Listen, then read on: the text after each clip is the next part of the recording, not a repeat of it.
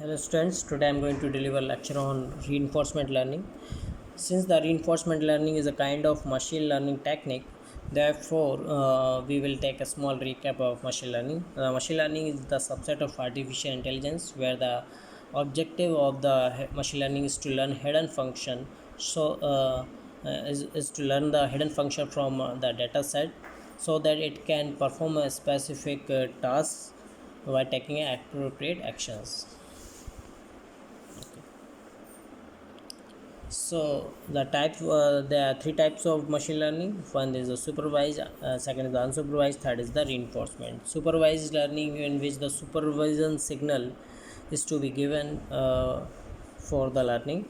Okay, where the data set consists of the data and its corresponding levels. Okay, here you can see that this is the input image of a cat and its corresponding level is cat. Okay, so why such kind of data, the algorithm can learn the hidden function so that whenever we give an input image, then it can predict the correct output level. Okay, so whenever we will give in this image to the algorithm after learning, then it will predict the level cat. Okay, so we can use the supervised learning in several applications. Okay, so it can be used in the classification, regression, object detection, semantic segmentation, image captioning, and there is a lot of more application of the supervised learning.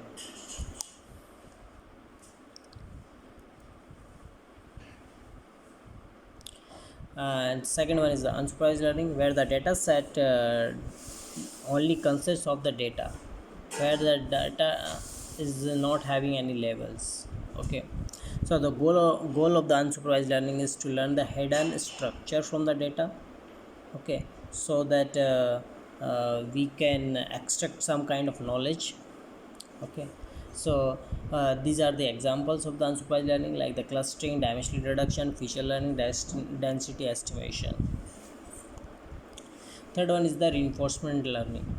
The reinforcement learning is characterized by the agent which learns through the interaction with the environment. The key point about the reinforcement learning is that it doesn't require any kind of data set. Okay, instead of data set, the agent learns through the interaction with the environment. Okay, at every time step t, the agent observe the current state. Okay, like the surrounding in case of any game, in case of any game environment, the state will consist of the number of enemies and the position or the location in the environment. Okay, so first the agent observes the current state of the environment, then after observation it takes an appropriate action. Okay, and as a result of this action, the environment returns the new state and the reward. Okay, so here goal of the reinforcement learning is to take action in such a way so that the reward will be the maximized. Okay,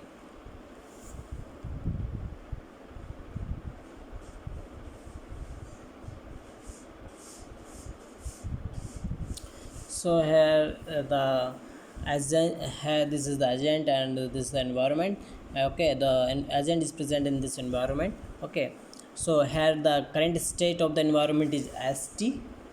Okay, and in this current state, the after observation of this current state, the agent will take appropriate action at, and after taking action, the environment will return two things. One is the new state and another is the reward. Okay, which is rt plus 1 and at the st plus 1. Okay,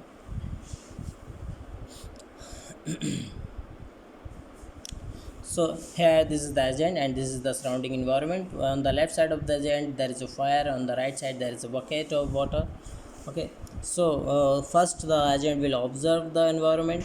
Okay, next the policy will choose the appropriate action. Let's say that it has chosen the movement towards the left direction, so the agent interacted with the fire and it got the penalty of minus 50 points. Okay, which is here we are saying it is a penalty because it is a negative reward. Okay, so after getting reward, the policy will be updated. Okay, and next time the action will be taken on basis of the updated policy. So in this way we tread this policy again and again until the policy will get converged.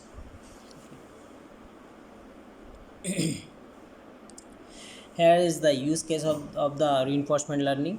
Here there is a cart over which a pole is present, and the task of this cart pole problem is to keep the pole vertical. Okay, so here the state consists of the several parameters like the angle of the pole with the vertical with the vertical side, and the angular speed of the pole, position of the pole, horizontal velocity of the cart. Okay, so these are the parameters which represent the state of the environment. Okay, and the action is to take is to apply the horizontal force on the cart. Okay, so here the task is how much force should be applied so that the pole can be keep vertical. Okay, so we will get a reward when the pole is vertical, otherwise we will get the negative reward. Okay, so this is the cart pole problem. This is the robot locomotion, where the objective is to move forward the robot. Okay, so here the state is the angles between the joints and the position of the joints, and the action is the how much torque is to apply on joints. Okay, so reward we will get the reward of 1 when the robot will take a forward movement. Okay, so now the question arises, how can we mathematically formalize the reinforcement learning problem? Okay, so there's a Markov decision process by which we can formalize the reinforcement learning.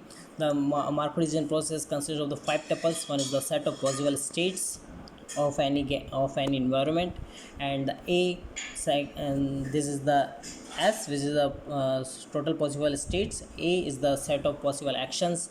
R, which represent the distribution of reward, means that at any particular state S, and by performing an action A, what reward we will get. Okay, so R represent what reward we will get at any particular state action pair. Okay, so next is the P, which represent the transitional probability, which represent after taking an action A on state S, then what will be the next state.